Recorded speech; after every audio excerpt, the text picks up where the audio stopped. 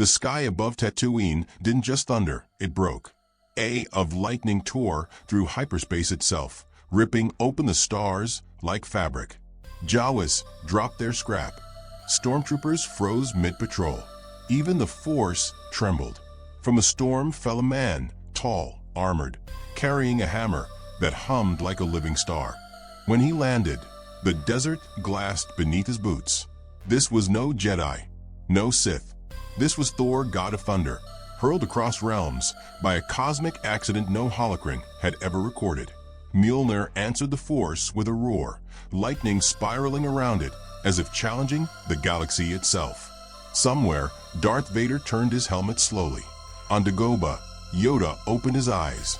The Force whispered a single, terrified question. What is he? Because for the first time in galactic history, the Force had met a god, and the galaxy would never be the same again. The moment Thor woke, the Force screamed. Not in pain. The Force had felt pain before. This was confusion, a rupture in its perfect flow. Thor stood in the middle of the desert, wind pulling at his red cape, lightning still crawling over his armor like it refused to release him. He did not recognize the twin suns above, but he recognized the silence that followed his arrival. It was the silence of a world holding its breath. Thor pressed Mjolnir into the sand. The ground answered with a low, uneasy tremor. This realm was not Midgard. It was not any of the 9 realms. Yet it lived, it breathed, and something unseen was watching him. Something vast, something curious, far away, in places Thor could not see. Being sensitive to the Force stopped whatever they were doing. Jedi Masters felt pressure in their chests, as if the universe had suddenly gained weight. Sith felt something worse, an intrusion. Power that did not ask permission. Power that did not whisper or manipulate. Power that simply existed. Thor took his first step forward, and the desert reacted. Static danced across the dunes. Metal scrap buried beneath the sand vibrated, pulling itself toward him like iron toward a magnet. Jawas, watching from afar, fled, convinced a desert god had risen from legend. A patrol of stormtroopers arrived moments later, white armor stark against the sand. Their commander raised his blaster, shouting orders Thor did not understand. The language was foreign, sharp, clipped, but fear needed no translation. Thor tilted his head, studying the strange weapons, the rigid formation, the absence of honor in their stance. The blasters fired. Red bolts tore through the air, fast and deadly. Thor moved on instinct. Mjolnir spun once, and lightning wrapped around him like a living shield. The bolts dissolved before touching his armor, vanishing into sparks that fell harmlessly to the ground. Thor's eyes darkened. Not anger, disappointment. He struck the ground with Mjolnir. Thunder exploded outward in a perfect circle. Sand lifted into the air as if gravity had been suspended. The stormtroopers were thrown back like leaves in a hurricane, armor slamming into rock, weapons ripped from their hands. When the dust settled, none stood. High above, Imperial sensors went wild. Readings spiked beyond known scales. Commanders argued. Scientists panicked. The conclusion reached the top of the chain in seconds. This was not a Jedi. Darth Vader felt it next. On the bridge of his Star Destroyer, Vader's breathing slowed, not in fear, but in focus. The Force around him was distorted, like a blade bent under too much pressure. He reached out, searching for the source, expecting resistance. Instead, he felt thunder. Not sound, presence. A being anchored so deeply in his own power that the Force could not move him easily. Vader clenched his fist. He had faced gods before, or so he believed. Thor, unaware of the attention he had drawn, followed the pull in his chest. Something in this galaxy echoed battle, imbalance, suffering. He had chased such echoes across realms before. Each step drew lightning from clear skies, clouds forming where none should exist. In Mos Eisley, chaos erupted as Thor entered the city. Smugglers reached for weapons. Droids froze mid-task, circuits overloaded by static surges. Thor's armor reflected neon signs and scattered blaster fire, making him look less like a warrior and more like a walking legend. Someone fired again. Thor turned. eyes glowing faintly blue now. "Enough," he said, not loudly, but with a weight that cracked stone. The air vibrated. Every weapon within 50 meters overheated and died in its owner's hands. Panic spread like fire. In the shadows, a young farm boy watched, heart racing. Luke Skywalker did not understand what he was seeing, but he felt it, hope mixed with terror. This being was not part of the Force as he knew it. Yet the Force swirled around Thor like a storm, trying and failing to control the wind. Yoda felt the truth before anyone else. On Dagobah, the ancient Jedi master leaned heavily on his cane. A god, he murmured, not born of the Force, yet untouched by it.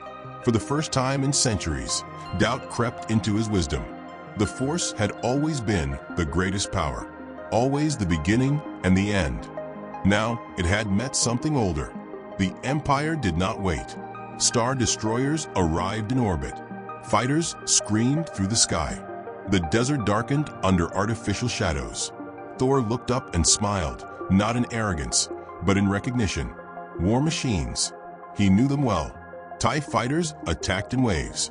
Thor leapt into the sky, lightning propelling him upward. He tore through them like a living storm, hammer spinning, thunder ripping metal apart.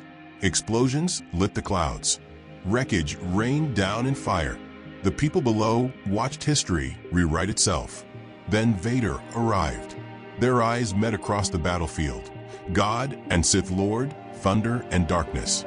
Vader raised his hand, the Force surging forward, trying to crush Thor where he stood. Thor felt the pressure, heavy and relentless, pushing against his chest. He pushed back. Lightning erupted, not wild, but controlled. The ground shattered beneath them. Vader slid back a step. One step. The galaxy had never seen him move unwillingly. Vader ignited his lightsaber. The red blade hummed, cutting through rain and sand. Thor lifted Mjolnir, electricity dancing along its surface. When hammer met blade, the shockwave shattered windows miles away. Force met storm. Neither yielded. Thor laughed, a deep, booming sound filled with respect. "You are strong," he said, meaning it. Vader said nothing, but for the first time, his certainty cracked. This was not a foe to dominate. This was a force of nature. As the battle raged, one truth became clear to all who felt it. The Force was no longer alone at the top. And somewhere in the chaos, legends were being born, not of Jedi or Sith, but of a thunder god who had fallen into the stars and dared the galaxy to stop him. The galaxy reacted the way it always did when something it could not understand appeared, by trying to control it. Across Coruscant, alarms echoed through polished halls as Imperial analysts replayed battle footage frame by frame. Lightning that bent blaster bolts. A hammer that shattered starfighter hulls like glass. A being who stood unmoved when Darth Vader himself unleashed the Force at full strength. The conclusion terrified them more than defeat ever could. This entity could not be contained. Emperor Palpatine watched the recordings in silence, yellow eyes reflecting the storms frozen on the holoscreen. He felt Thor now, felt the way this outsider disturbed the currents of the dark side, like a massive stone dropped into a still lake. This was not power born from fear or hatred. That made it dangerous. A god, Palpatine whispered, amused and intrigued. Then even gods may kneel. Orders spread through the Empire. Traps were laid. Bait was prepared. The Emperor wanted Thor brought to him, not destroyed. Knowledge always came before conquest. Thor, meanwhile, felt the imbalance grow heavier with each passing hour. This galaxy was drowning in control and oppression, its people crushed beneath invisible hands. He walked through cities where fear lived behind every closed door, where soldiers ruled and hope hid in whispers. It reminded him too much of realms he had failed to protect in his youth. Where Thor walked, resistance followed. On backwater worlds, citizens spoke of a thunder warrior who disarmed entire garrisons without killing a single soul. Prison camps lost their power generators in bursts of lightning that spared the prisoners but crippled the guards. The names spread from planet to planet, carried by smugglers, rebels, and terrified Imperials alike. The Rebel Alliance took notice. Mon Mothma studied reports with disbelief. "He fights the Empire alone," she said, "and wins." Bail Organa remained cautious. "Or he's being allowed to win. Nothing disrupts the Emperor's plans without a cost." Luke Skywalker felt something different. Every time Thor acted, the force around Luke felt freer, less strained, as if the galaxy briefly remembered how to breathe. Their meeting was inevitable. When Luke finally stood before Thor, he expected awe. Instead, he felt like a child standing before a mountain, small but not insignificant. Thor regarded Luke with a warrior's eyes, sensing the storm within him, tightly bound, restrained by discipline and doubt. "You carry great power," Thor said, "but you fear it." Luke did not deny it. "The Force can destroy you if you lose control." Thor smiled, not mocking. "Power does not destroy. Purpose does." They fought side by side soon after. Imperial forces tracked Thor to a refinery world, surrounding him with walkers and air support. The Empire expected destruction. Instead, they witnessed something else. Thor moved like a general, not a berserker. Lightning disabled systems with surgical precision. Walkers collapsed without crushing the workers inside. Luke watched, learning that strength could protect without dominating. But the Empire was adapting. Imperial Inquisitors were unleashed. Dark side hunters trained to kill Jedi. They surrounded Thor, their blades spinning in red arcs, the dark side pressing in from all directions. For the first time since arriving in this galaxy, Thor felt resistance layered and coordinated. The Force tried to bind him. Invisible hands pulled at his limbs, slowing him, compressing the air in his lungs. Thor gritted his teeth. This power was clever, insidious, not like the raw might of cosmic storms. Mjolnir answered. The hammer ripped free, spinning through the air, shattering lightsabers, hurling Inquisitors aside. Thor called the storm from within himself, not the sky. Blue-white lightning tore through the dark side net, ripping it apart. The Force recoiled, not broken, but bruised. Across the galaxy, Force-sensitive beings staggered. Meditation shattered. Visions collapsed. Never before had the Force been pushed back so violently by something outside itself. Palpatine felt it and laughed. "Yes," he said softly. "Struggle." The trap closed soon after. Thor was lured to an ancient world strong in the Force, its surface covered in ruins older than the Republic itself. Palpatine waited at its heart, seated on a throne of black stone, lightning already dancing at his fingertips. "You are far from your realm," the Emperor said. "Lost." Thor stepped forward, storm clouds forming above ruins untouched for millennia. "I am never lost," he replied, "only delayed." Their clash was unlike anything the galaxy had witnessed. Palpatine unleashed force, lightning powerful enough to tear apart mountains. Thor absorbed it, redirected it, amplified it. The sky split open, thunder roaring in response to its master. Dark side energy and cosmic storm collided, warping reality around them. The Emperor realized the truth too late. Thor was not drawing power from this galaxy. He was bringing his own. The planet shook. Ruins collapsed. The Force screamed again, not in fear, but in warning. This battle threatened to unbalance everything. Palpatine retreated, furious but enlightened. Gods could not be enslaved, but they could be turned. As Thor stood amid the ruins, lightning fading, he felt something shift. The galaxy had begun to choose. Not Jedi, not Sith, something new. And the Emperor, watching from the shadows of the Force, began planning not how to defeat Thor, but how to make the galaxy fear him. Because fear, Palpatine knew, was the only weapon even gods had ever fallen to. The galaxy started telling stories about Thor, and that was when things became dangerous. Stories turn power into symbols, and symbols can be twisted. On dozens of worlds, murals appeared overnight. A red-caped god standing over fallen Imperial walkers, lightning crowning his hammer like a sun. Children whispered his name like a prayer. Adults whispered it like a warning. The Empire noticed the pattern immediately. Rebellions flared wherever Thor had passed, not because he ordered them to rise, but because people believed something unstoppable was finally on their side. Thor felt it too. Not pride, wait. Every cry for help pulled at him. Every oppressed world felt like a realm he had sworn to protect. He had lived this before, long ago, when Asgard's victories blurred into arrogance. When saving everyone became believing he should. That was when the Force changed tactics. Instead of pushing against Thor, it began to pull. Visions found him in moments of stillness, fleeting, uninvited. Cities burning because he arrived too late.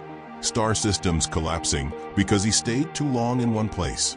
Futures where his lightning shattered fleets and innocent worlds with them. The Force was not attacking. It was warning. Thor did not trust it. He had seen prophecies lie before. Luke did trust it, and that frightened him. Luke's training with the Jedi had taught him to listen, to yield, to let go. Thor did none of those things. He stood firm against destiny itself, shaping outcomes with will alone. Luke admired that strength, but feared the cost. "You cannot fight the whole galaxy," Luke told him once, watching storms swirl unnaturally above a quiet moon. Thor answered honestly, "I have before." That was the problem. The Sith exploited the tension masterfully. Palpatine spread rumors through the dark side, bending perceptions. He whispered that Thor sought worship, that he intended to replace the Jedi, that entire worlds had been destroyed in storms caused by his battles. Holonet footage was edited, context erased, fear amplified. Soon, some worlds refused Thor entry. Defensive fleets formed, not imperial, but independent. People pointed weapons at the god who had once freed them. Thor felt the shift like a blade in his ribs. For the first time, he hesitated. The Jedi Council, scattered, weakened, but still alive, debated him endlessly. Some believed Thor was a balance breaker who must be removed. Others saw him as a trial sent by the Force itself. Yoda alone spoke the truth. Not enemy, not savior. Mirror he is. The breaking point came on a water world under siege. Imperial forces had cornered a rebel evacuation. Children, refugees, ships unable to escape in time. Thor arrived like a storm given flesh, lightning tearing through star destroyers, oceans rising in walls of water beneath his command. Then the Force surged. Luke felt it scream through him. Wrong, twisted, manipulated. A vision flashed. Thor losing control. Storms swallowing cities. 1,000 worlds paying the price. Luke acted. He leapt into the air between Thor and the Imperial flagship, lightsaber ignited, Force flaring bright and desperate. "Stop," he shouted. "You are going too far." Thor froze, not because he was forced to, but because Luke stood there unafraid. Blaster fire rained around them. Ships burned, but the two remained locked in stillness. "You doubt me," Thor said quietly. "I fear what happens if no one can stop you," Luke replied. The words struck harder than any Sith lightning. Thor looked at the chaos around them and felt it. How close the storm was to becoming something else. How thin the line truly was. He ended the battle instantly. The storm collapsed inward. The ocean settled. The Imperial flagship fell, disabled, not destroyed. Silence spread across the battlefield like dawn after a long night. Thor turned away. He vanished into the deep void before anyone could stop him. The galaxy panicked. Without Thor, rebellions faltered. The Empire regained ground. Palpatine smiled, knowing exactly what he had done. He had not defeated the god. He had isolated him. Thor wandered the outer reaches alone, drifting between dead stars and forgotten systems. He questioned himself in ways he had not since exile from Asgard. Was he a protector, or a weapon too large for this fragile galaxy? The Force found him again, but differently this time.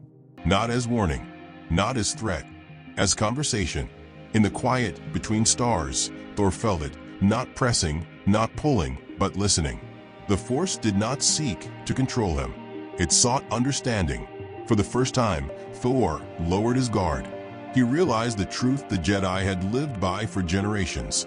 Power demanded restraint, not because it was weak, but because others were. Thor did not abandon the galaxy. He changed how he fought for it. He returned quietly. No storms announcing his arrival. No lightning unless necessary. He taught rebels how to resist without depending on him. He dismantled Imperial supply lines instead of fleets. He let hope grow without standing at its center. Palpatine felt the shift immediately and felt something new: concern. Because a god who learns restraint is far more dangerous than one who simply rages. And as Thor and the Force began slowly to coexist, the galaxy stood on the edge of a future no prophecy had foreseen, one where thunder did not dominate the stars, but chose when to strike. The Emperor decided it was time to end the experiment. The dark side across the galaxy shifted, tightening like a fist.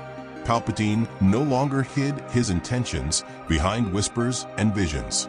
He moved openly now, bending entire systems through fear alone. Worlds that had quietly resisted were burned as examples. Rebel cells vanished overnight. The message was clear: hope without Thor was weakness, and Thor without fear was irrelevant. Palpatine wanted Thor angry again. The trap was elegant: a false uprising on a core-adjacent world. Millions of civilians. A staged Imperial withdrawal followed by a sudden return. Star destroyers emerging from hyperspace directly above population centers. No time to evacuate. No room for restraint. Thor felt it instantly. The cry echoed through him like a fracture in reality. He arrived without thunder, without spectacle. But when he saw the fires spreading through cities, restraint snapped like brittle ice. The sky answered. Storm clouds tore themselves into existence, blotting out artificial suns.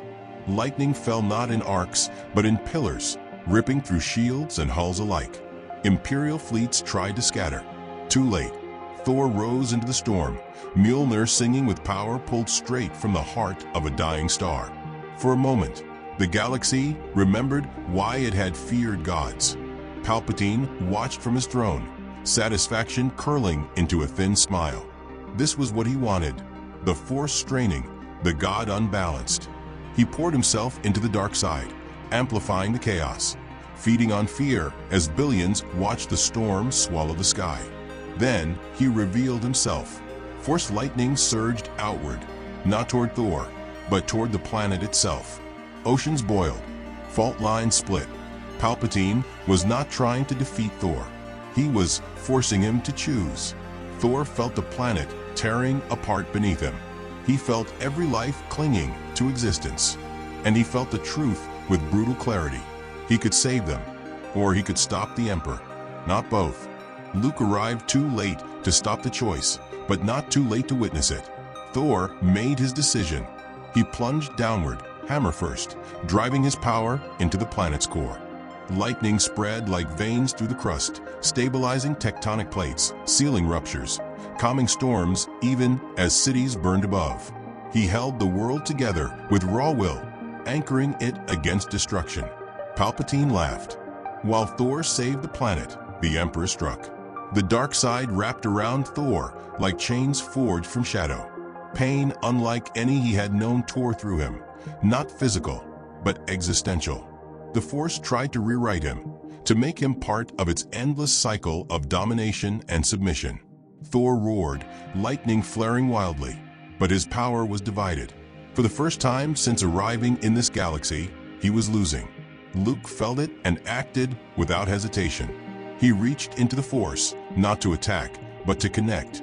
He bridged himself to Thor, offering something Palpatine could never understand: trust. The connection snapped something open. Thor felt it. Millions of small resistances across the galaxy, quiet courage. People choosing to stand even without him. The Force surged differently now, not as a weapon, but as momentum. Thor rose. The chains shattered. Lightning did not explode outward this time. It folded inward, compressed, refined. Thor did not overpower the dark side. He transcended it. He struck Palpatine's lightning with Mjolnir, not to absorb it, but to ground it, forcing the dark side's energy back into the Force itself. The feedback tore through the Emperor's control, fracturing his focus for the first time in decades.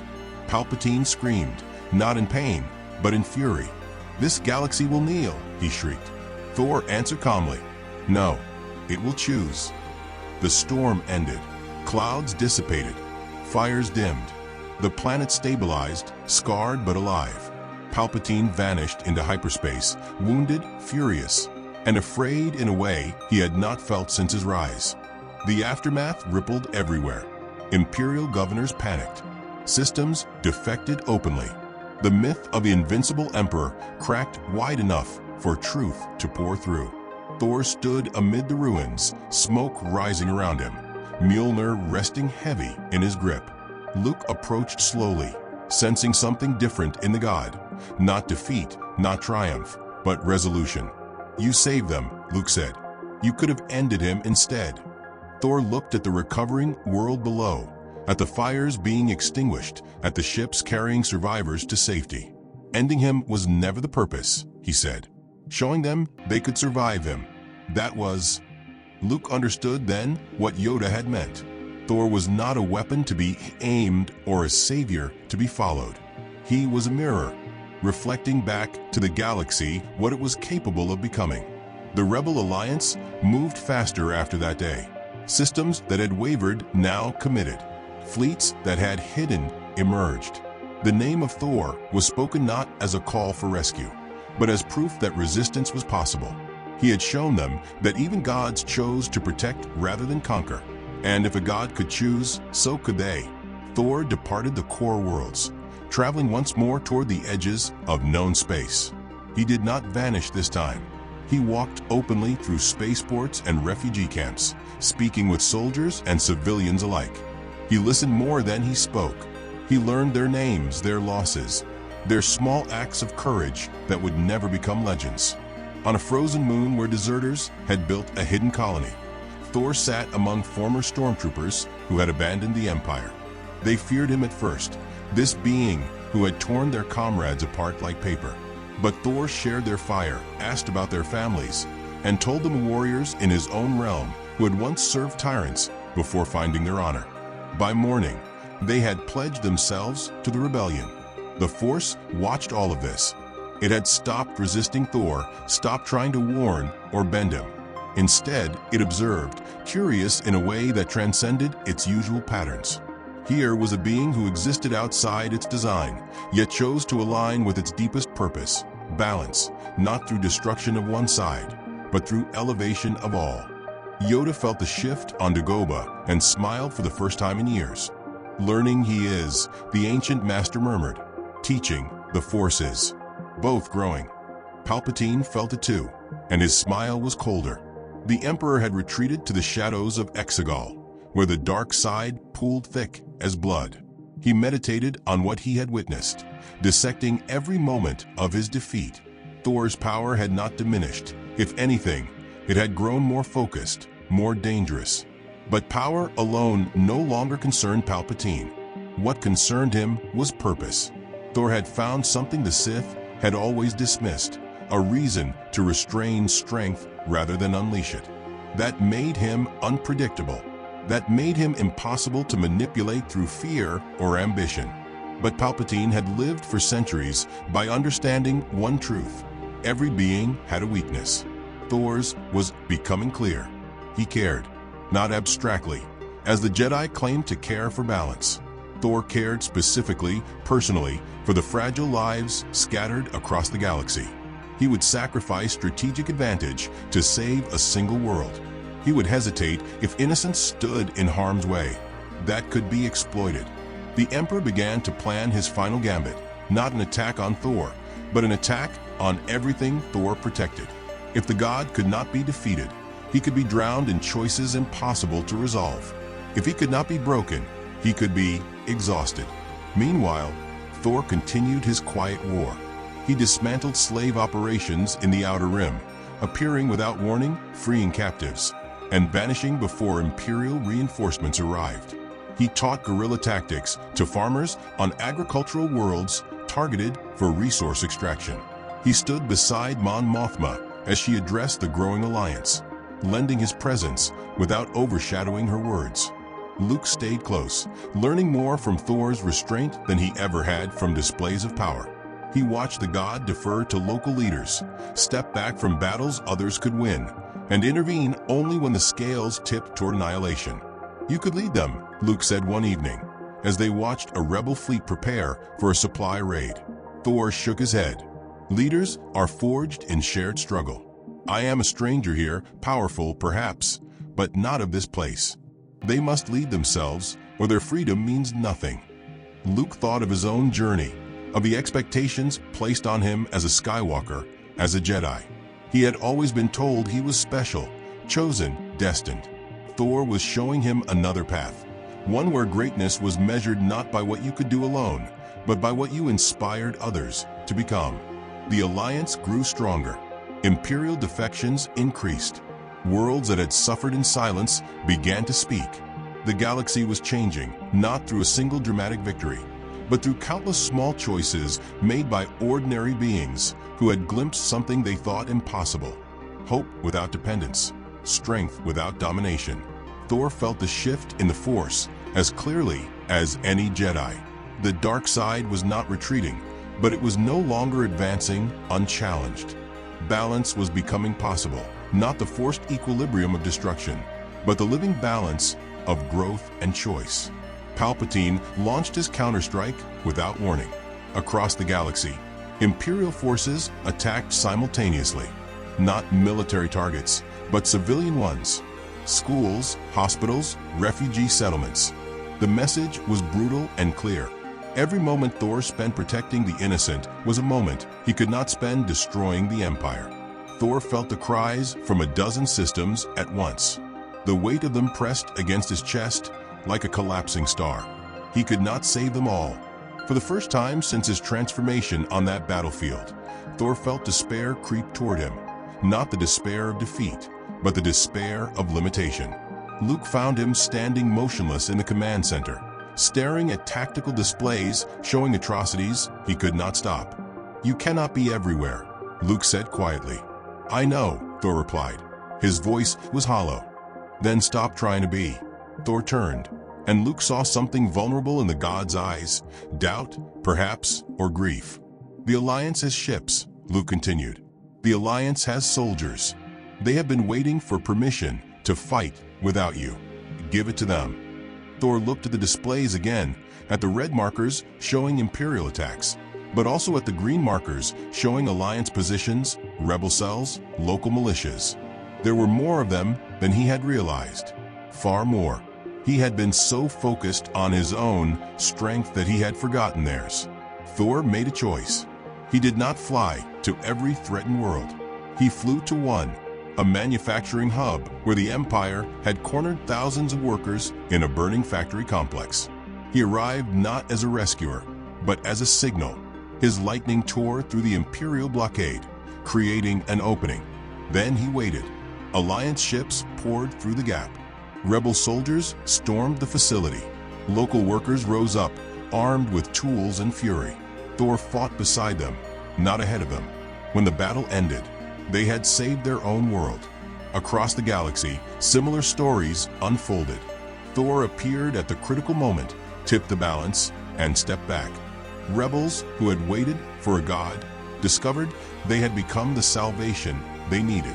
Palpatine watched his strategy collapse in real time. He had intended to overwhelm Thor with impossible choices. Instead, he had activated a resistance that no longer depended on a single being. The Emperor's fury was absolute. He abandoned subtlety entirely. The Death Star, the Empire's ultimate weapon, held in reserve for the final crushing blow, was deployed, not toward a military target, but toward Alderaan, a peaceful world. Billions of lives. The message was clear. If Thor protected the galaxy would suffer for it. Thor felt the weapon charging before it fired. He felt the terror of a planet realizing what was coming.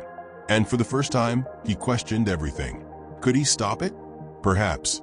The power within him was vast enough to challenge stars. But if he did, if he became the shield against every threat, would the galaxy ever learn to stand without him? Would his protection become a prison? Luke was beside him when the choice crystallized. "You are thinking of stopping it yourself," Luke said. It was not a question.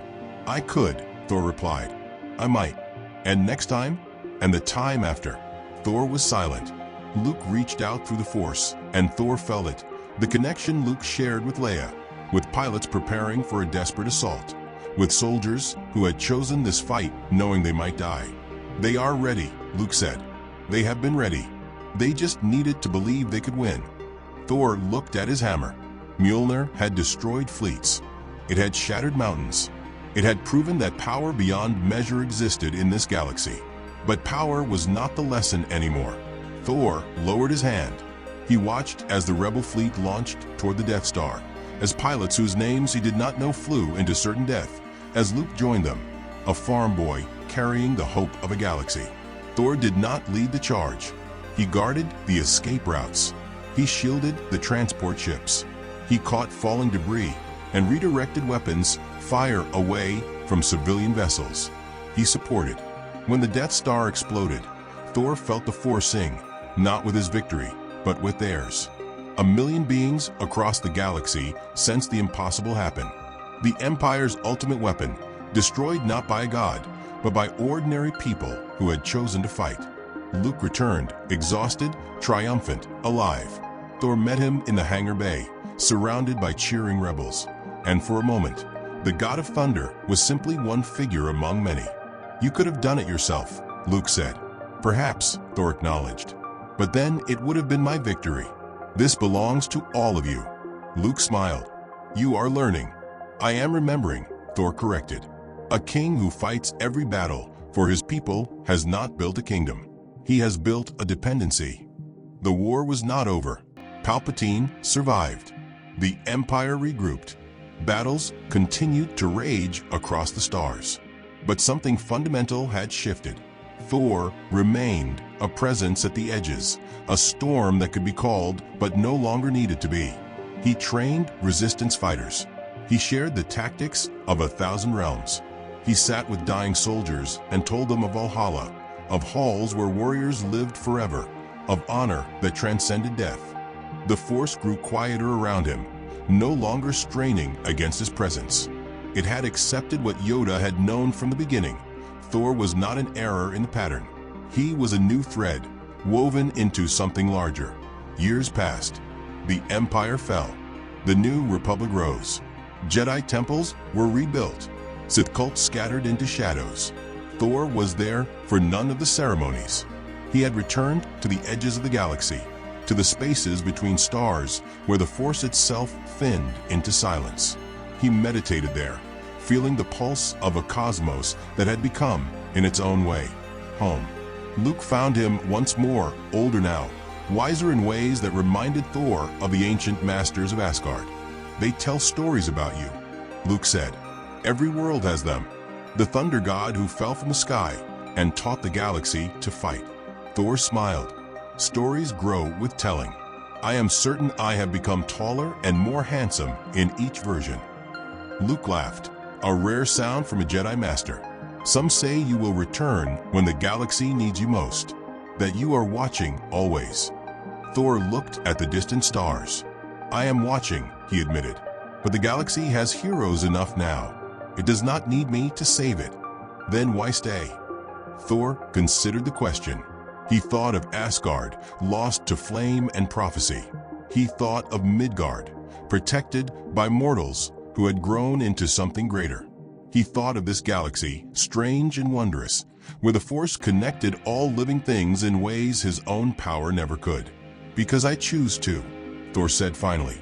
"Not because I must fight, because I wish to witness." There's a kind of peace in watching others become what they were meant to be. Luke nodded, understanding.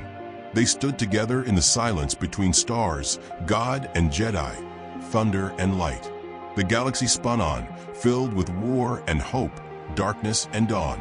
Empires rose and fell. Heroes were born and legends faded.